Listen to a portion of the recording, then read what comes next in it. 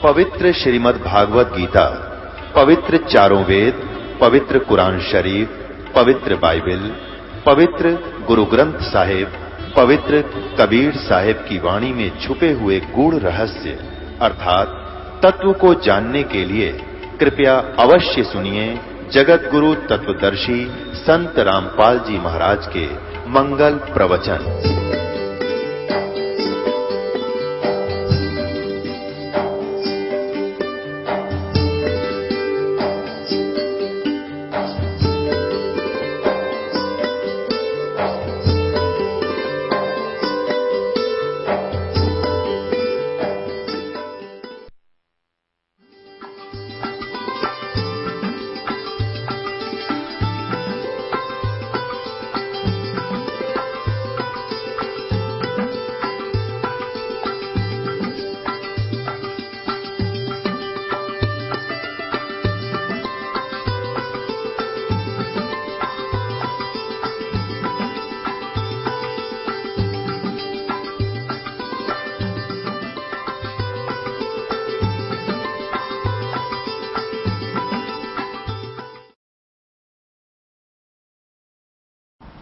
तो क्या बताते हैं कि जब आपका अंतःकरण साफ हो जाएगा, फिर आपके हृदय में भगवान की चर्चा सुनकर आंखों में आंसू आया करेंगे।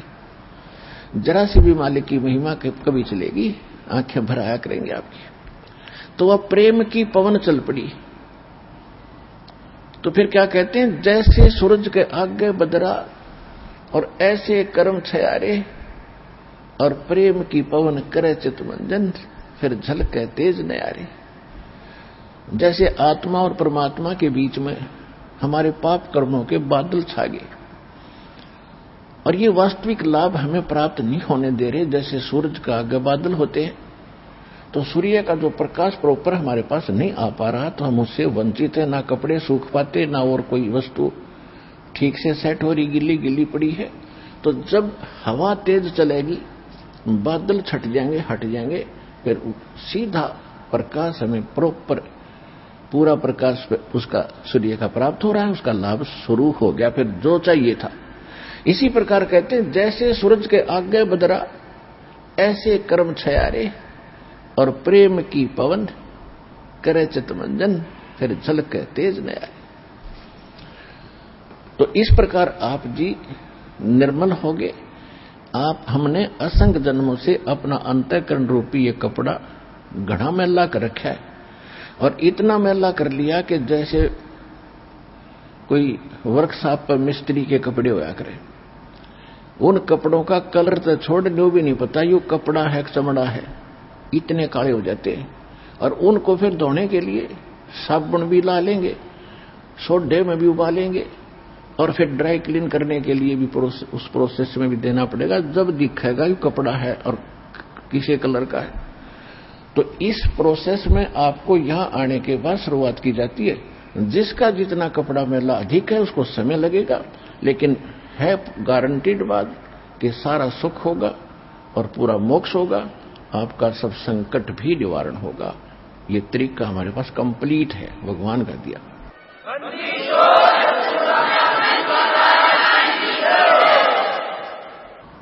और कोई भक्त कहते हैं हम 4 बार आ लिए हैं, हमें कोई राहत मिल नहीं रही। और कई भक्त अधिकतर कहते हैं, कहने लगे जी कैंसर का रोग था, वो तो कितनी ठीक हो गया, एक थोड़ा सा हाथ में दिक्कत है। कोई बात ना बेटा, जब भगवान ने इतना भयंकर रोग ठीक कर दिया, हाथ वाली दिक्कत उसके लिए क्या बड़ी है, पर इसने करेगा अपने हिसाब से। अगर सारे कब ठीक कर दिए, फिर वह बकवास शुरू हो जाएंगी। तो ये थोड़ा सा तो रखना पड़ेगा तुम्हारे यहां, ना तुम भाग जाओगे फिर काल के पाले में। परमात्मा कहते हैं, सुख के माथे पत्थर पड़ो, जिसते नाम हृदय ते जावे, और बलिहारी उस दुख के जो पल पल नाम रटावे। कि हे परमात्मा, इतना सुख भी ना देना जिससे आपकी भूल पड़े, आपका नाम की याद ना रहे। आग लगे से सुख के भगवान बताना चाहते हैं, और इतना दुख भी दिए रखना तेरी याद बनी रहे। तो ये परमात्मा का काम है। जब आप इसके ऑपरेशन थिएटर में आ गए, जन्म मरण के रोग काटने का ये एकमात्र ऑपरेशन थिएटर है सतलोक आश्रम बरवाला, जिला हिसार में। तो उसके उस रोग का नाश करने के लिए पहले सारी सेटिंग करनी पड़ती है। जैसे शुगर बढ़ रही है, पहले उसने ठीक करेगा डॉक्टर, या कोई और दिक्कत है पहले उसको पूरा करेगा।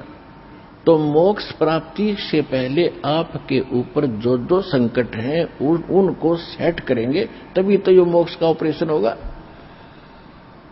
तो जो दुख तुम्हारे ऊपर है पहले इनको ठीक करेंगे, अवश्य करेंगे, फिर समय बेशक लग जाएगा, अपने हिसाब से करेंगे। और किसी के कोई ऐसा दिक्कत है नहीं तो सीधा ऑपरेशन हो जाता उसका। तो ये एक साइंटिफिक तरीके से भी आपने इस अध्यात्म मार्ग को, ये भी विज्ञान है, इसको तत्व ज्ञान कहो, विज्ञान कहो, मूल ज्ञान कहो, ये अध्यात्म विज्ञान है। इस तरह परमात्मा अपने हिसाब से करेगा। तो इस प्रकार आपने जल्दी नहीं मचानी चाहिए। अब जैसे कई कहते हैं जी हमने ज्योति भी, वो यज्ञ भी करा दिया है, हमने एक पाठ भी करा दिया है, अभी भी कुछ घर में थोड़ी बहुत दिक्कत चली रही है। तो पुण्यात्माओं ये विचार करना चाहिए, कोई कई भक्त दिक्कत ऐसे बिना ज्ञान के विचलित हो जाते हैं। एक कह रहा था कि मेरी पत्नी ऐसे ऐसे कह रही थी, ये कर लिया वो कर लिया, मैं तो इस नाम को ही त्यागूंगी। एक बहन कह रही थी वहां बहुत अच्छा संत है, वहां जाऊंगी। तो पुण्यात्माओं देखो, यही दास समाप्त करना चाहता है कि पहले आप ज्ञान समझो। जब तक ये मन में है ना, तो आपको कति लाभ नहीं हो, चाहे यार रोज बैठे रहना। सबसे पहले एक तरफ हो जाओ कि पृथ्वी पर भगवान, इस कबीर परमात्मा जैसे भगवान नहीं, और इस सतलोक आश्रम बरवाला जिला हिसार जैसा इस दास के द्वारा दिया गया ज्ञान जैसा ज्ञान नहीं, और ऐसे भक्ति विधि नहीं पृथ्वी पे। और ये गारंटी दास आपको प्रमाणित भी कर रहा है और गारंटी दे रहा है। तो इसलिए इतना ज्ञान और इतना आपको प्रमाण दिखाने का दास का उद्देश्य है कि आप भगवान के इस मार्ग पर दृढ़ लगे रहे। और कहते हैं सत ना छोड़े सूरमा, सत छोड़े पतजा, और सत के बांधे लक्ष्मी फेर में लग गया। परमात्मा आपकी परीक्षा लेते हैं। अगर आप थोड़े से भी डगमग हो गए तो फिर भगवान का ऑपरेशन नहीं करने दिया, आप तो उठ के भाग गए, जाओ फिर थिएटर से भाग गए तो जाओ भाई, वहां कौन करेगा। तो इस प्रकार आप जीने बहुत डर रहना पड़ेगा। ये कोई डूम बाट के गीत नहीं, और दास कोई रोजी रोटी के लिए सांग नहीं जोड़ रहा। 2 रोटी भगवान ने दे रखी थी, जूनियर इंजीनियर की पोस्ट थी, civil department, irrigation department Haryana में, और अपनी मर्जी से उस पोस्ट को त्याग कर भगवान के आदेश अनुसार इस परमार्थ काम पर दास लगा है। भगवान को खूब पहचानना है, सारा ज्ञान जाना है, तब इस मार्ग पर कदम रखा दास ने। ये तो निश्चित हो जाना।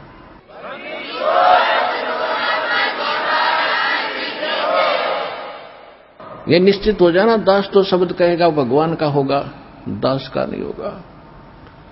आपको विश्वास कब होगा? वो आपकी बुद्धि व बालकाली कद समाप्त होगी, उसकी इंतजार है। जो हमारे सस हो गए हैं, नए नए आए हैं, पुराणों की तक खत्म होगी यह शंका। नए नए जो बच्चे हमारे बने हैं, नाद के जो बच्चे हैं हमारे, 2 प्रकार से संसार बताया है।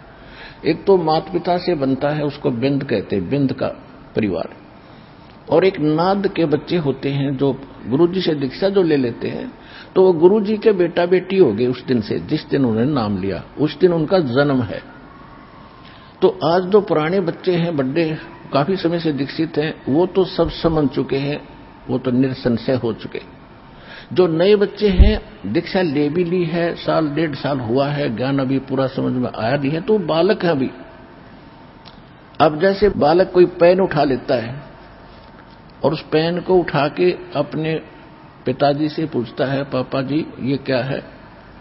वो कहता है बेटा पेन है। वो कहता है कि पेन है, पेन है।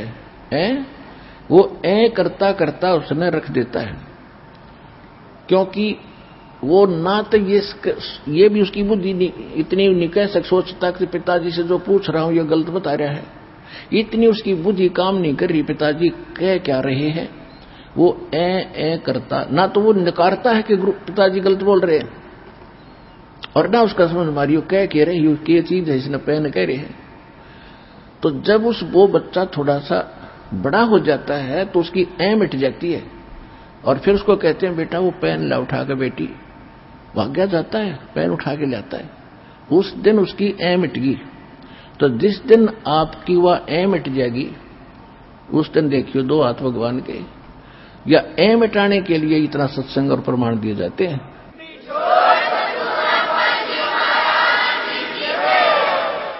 तो क्योंकि आप हमारे बच्चे हो गए, शिष्य हो गए, आपको इतना तो ज्ञान हो गया कि जो गुरु बोलते हैं वो सत्य है। लेकिन उन नकली गुरुओं के पास वह सत्य भी नहीं थी। गुरु भी असली हो, असली गुरु ही सत्य बोलते हैं। तो इस पूरे ब्रह्मांड में, 21 ब्रह्मांड में, इस पृथ्वी पे आज सत्य भक्ति बताने वाला, सच्चा ज्ञान देने वाला कोई संत नहीं है इस दास के अतिरिक्त। या आज ये ए मिट जाओ आपकी, चाहे 2 वर्ष के बाद मिटेगी, सच्ची पावेगी नो की नो। और जब ये ए मिट जाएगी तभी भक्ति आपकी प्रारंभ होगी। गीता अध्याय नंबर 2 के श्लोक 53 में कहा कि अर्जुन, जब भिन्न भिन्न प्रकार के विचलित करने वाले वचनों से तेरी बुद्धि हटकर एक तत्व ज्ञान, परमात्म ज्ञान पर स्थिर हो जाएगी, तब तो तू योग को प्राप्त होगा, तब तो तेरी भगत बनेगा और भक्ति स्टार्ट होगी। ना तो डगमग आदमी कभी भक्ति कर ही नहीं सकता। तो यहां परमात्मा भी कहते हैं, कह कबीर सुनो विसाधो, मैं तो हूं विश्वास में। और विश्वास दास करा कर छोड़ देगा कि कबीर इज गॉड, क्योंकि सारे प्रमाण है, शिक्षित है, सब सदग्रंथ हमारे पास है। ऐसे मालिक ने इंस्ट्रूमेंट दे दिए कबीर भगवान ने बनवा के, घर बैठे देखो, मोबाइल में देखो, अपने डाल कर सत्संग, अच्छा जगह मिलाओ, किसी से प्रमाणित करवाओ। अब सोना तो सोना ही रहेगा, चाहे किसी पर जांच करा लियो। तो दास ने आपको वो हीरे मोती लाल दे दिए हैं जो आपको अध्यात्म मार्ग में धनी बनावेंगे। कबीर साहब कहते हैं, गोता मारूं स्वर्ग में मैं जा बैठूं पाताल, गरीबदास ढूंढता फिरूं अपने हीरे मोती लाल। फिर क्या बताते, चारों युग में संत पुकारे, कूक कहा हम हेल रे, हीरे माणिक मोती बरसे ये जग चुगता ढेल रे। क्या बताते हैं परमात्मा कि मैं खुद चारों युगों में आया। सतयुग में सत सुकृत कह टेरा, त्रेता नाम मुनिंदर मेरा, द्वापर में करुणा में कहाया, कलयुग नाम कबीर धराया। चारों युग में मेरे संत पुकारे और कोक कहा हम हेल रे, हीरे माणिक मोती बरसे ये जग चुगता ढेल रे। कि चारों युगों में जिन महापुरुषों को मैं मिला, भक्तों, दृढ़ भक्तों को, उनको यथार्थ ज्ञान से और भगवान से और मेरे स्थान से परिचित करा के वापस छोड़ा। उन्होंने भी मेरे ज्ञान को आगे बढ़ा और मैं खुद भी आकर के यही सत्य भक्ति रूपी और सच्चे नाम रूपी ये हीरे और मोती आपके सामने फेंक रहे हैं। जबरदस्ती जगह जगह खड़े होकर ज्ञान दे रहे थे भगवान। और आप इन हीरे मोतियों से परिचित नहीं है, यथार्थ भक्ति और यथार्थ ज्ञान से और भगवान से, जिस कारण से आप लालों को छोड़कर और उन अज्ञानी संतों महंतों के द्वारा बताएगी वो गलत साधना रूपी कंकर पत्थर डले इकट्ठे कर रहे हो। क्या बताते हैं परमात्मा कि चार युग में मेरे संत पुकारे और को कहा हम हिल रे, हीरे माणिक मोती वर्षा में हम, और ये जग चुगता ढेल रे। अनुपासना रूपी डले इकट्ठे कर रहे हो जिनकी आगे आपको कोई वैल्यू नहीं मिलेगी। अब जैसे प्रसंग चल रहा था कि डगमग नहीं होना चाहिए। दूर देश से आने वाले बच्चे, कोई महाराष्ट्र से आ रहा है, कोई उड़ीसा से आ रहा है, कोई मध्य प्रदेश, उत्तर प्रदेश के परले हिस्से से या अन्य राजस्थान से कहीं भी आ रहे हैं, तो वो कितनी रजा उनके ऊपर। और यही ज्ञान सब सुन रहे हैं, बहुत से लोगों को बताया जा रहा है, पुस्तकें बांटी जा रही है और उनके समझ में नहीं आ रही है बात, यू कह क्या रहे हैं ये। तो इसका दो कारण है। एक तो दो प्रकार के प्राणी मनुष्य जीवन प्राप्त करते हैं। एक तो पिछले संस्कारों से, पुण्य कर्मों से लगातार मनुष्य जीवन प्राप्त करते हुए आ रहे होते हैं। लगातार किसी के 10 जन्म भी हो सकते हैं, 5 भी हो सकते हैं, 2 भी हो सकते हैं, जिसे उनके पुण्य संस्कार होंगे। और एक दूसरी टाइप के ऐसे परमात्मा ने विधान बना के छोड़ रखा है कि एक मनुष्य जीवन प्रत्येक प्राणी को अवश्य मिलेगा। 83 लाख प्रकार के प्राणियों के शरीरों में धक्के खाने के बाद एक मनुष्य जीवन जरूर मिलता है। तो ऐसे मनुष्य जीवन जो एक ये टर्न वाइज मिलता है, ऐसे जो व्यक्ति मनुष्य जीवन प्राप्त हैं उनके जल्दी सी या भक्ति सेट होगी। और जो पिछले जन्मों से मनुष्य, पिछले भी जन्म में मनुष्य थे, 1-2 जन्म में, और आज भी मानव शरीर है, तो वो ही भक्ति के लिए भटक रहे हैं, चाहे कुछ थोड़ी बहुत कर रहे हैं या वैसे हृदय से मान रहे हैं, तो मनुष्य जीवन से आए हुए प्राणी हैं। तो उनमें भी संस्कारों की आपस में भिन्नता होती है। अब जैसे यही ज्ञान सबको सुनाया जा रहा है,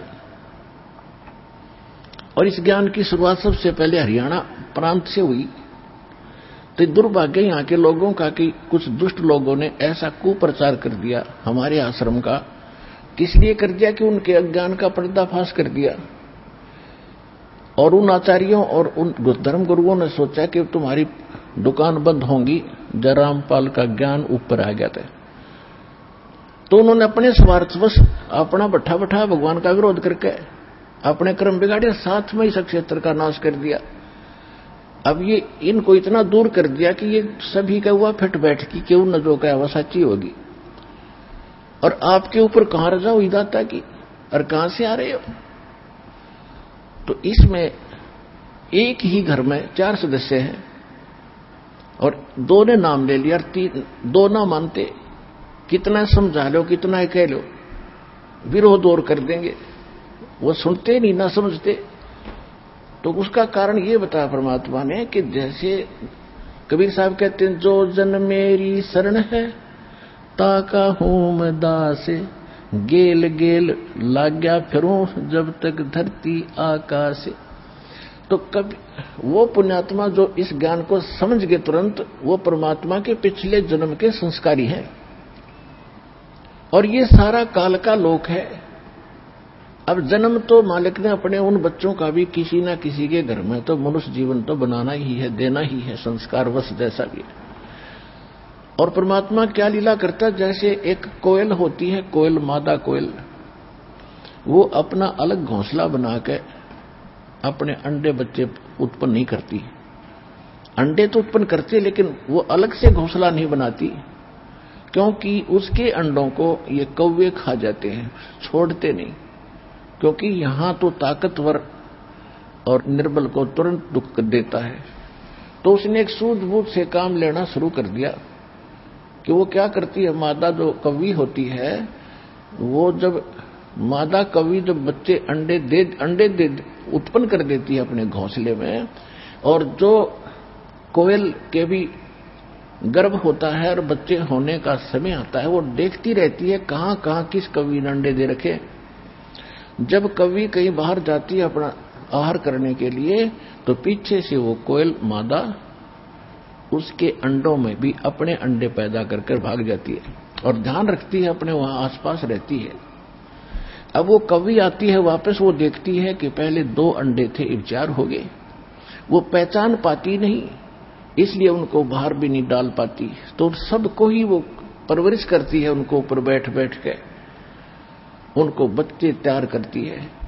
और जब बच्चे तैयार होते हैं, कलर एक जैसा होता है, वो तब भी ना पहचान पाती कौन से मेरे कौन से दूसरी के हैं। और वो कोयल ऐसी सूझबूझ से काम करती है, वो देखती रहती है कि बच्चे थोड़े बहुत उड़ारी लेने लगे हैं। जब वो थोड़ी बहुत दूर जाते हैं, वापस आते हैं, तो समझ जाती है कब ये परफेक्ट हो गए। तो वो दूर बैठ कर थोड़ी सी दूरी पर वृक्ष पे अपनी बोली बोलती है, कुहू कुहू। अब जो कोयल वाले बच्चे होते हैं, उनको वो खटकती है, उससे अट्रैक्ट होते हैं, आकर्षित होते हैं, वो एक से देखते हैं, और फिर वो अच्छी जोर से बोलती है तो वो उड़कर उस आवाज की तरफ चल पड़ते हैं। और कौवे वाले वहीं रह जाते हैं, उनके उस वाणी का असर भी नहीं होता। तो जब वो निकट आते हैं तो वो कोयल और आगे उड़ जाती है, कुहू कुहू करती हुई, तो उनको दूर निकाल ले जाती है। दे तो कवि उनको, फिर कवि देखती है कि वो बच्चे गए, पहले उनके पीछे भागती है, वो दूर निकल जाते हैं, उनको छोड़ देती है, फिर अपनों के पास आ जाती है, कहीं उनको कोई हानि ना पहुंचा दे, वो तो गए मेरे से बाहर कौन थे। इस प्रकार वो अपने बच्चों को पालती और प्रफुल्लित करती है। और कोयल के बच्चे अपनी मां की बोली समझ गए, लेकिन वो कागाले नहीं समझ सके। तो ठीक इसी प्रकार समझ लेना, एक ही घर में और दो परिवार के सदस्य लगे और बाकी नहीं लग रहे, तो इतना अंतर है कि वो पिछले संस्कार उनके भक्ति के है ही नहीं, उनके वो असर करती है कोई नहीं। अब आप जितनी पुण्यात्मा यहां पहुंच रहे हैं, कितनी दूर जाके कौन सी आप क्या भाषा समझ में आ गई या बोली से आप अट्रैक्ट हुए, यहां पहुंच गए, और पहुंच गए तो खतरे से बाहर हो गया। परमात्मा की दया आप पर न्यारी होगी। कहते हैं गोता मारूं स्वर्ग में, मैं जा बैठूं पाताले, गरीबदास ढूंढता फिरूं अपने हीरे मोती लाल। ये परमात्मा का विधान है।